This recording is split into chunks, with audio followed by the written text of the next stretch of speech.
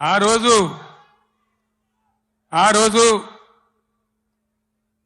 నాకున్న పదవులన్నీ ఇసిరి వాళ్ళ ముఖాన పడేసి తెలంగాణ ఖచ్చితంగా నిలబడాలి, కలబడాలి, సంత రాష్ట్రం కావాలి, అయితే తప్ప దిక్కులేదని ఒక్కనిగా ఒక సైన్యంగా నాతో పాటు పిడికడ మందితో జై తెలంగాణ అని బయలుదేరినాం. హైదరాబాద్లో చర్చోపచర్చలు, ఎక్కడికి పోవాలి, ఏం చేయాలి, మీటింగ్ స్టార్ట్ చేయాలి, ప్రజల్లోకి పోవాలి, ఇది ప్రజా గర్జన కావాలి. బ్రహ్మాండమైనటువంటి చైతన్యవంతులైన ప్రజలున్న జిల్లా కరీంనగర్ జిల్లా.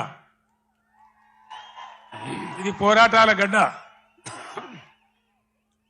ఇక్కడి నుంచే ప్రారంభించాలని భావించి ఇదే ఎస్ఆర్ఆర్ కళాశాల మైదానంలో ఇదే రాత్రి సమయంలో మే 17వ తేదీ 48 డిగ్రీల ఎండ అయినా కూడా ప్రజల చైతన్యం ఉన్న జిల్లా అని చెప్పి తెలంగాణ ఉద్యమం కోసం ఊపిరిలూదాలని నమ్మి ఇక్కడికి వస్తే ఆనాడు మీరు తెలంగాణ జెండాను ఆకాశమంతా ఎత్తిన గడ్డ ఈ కరీంనగర్ గడ్డ.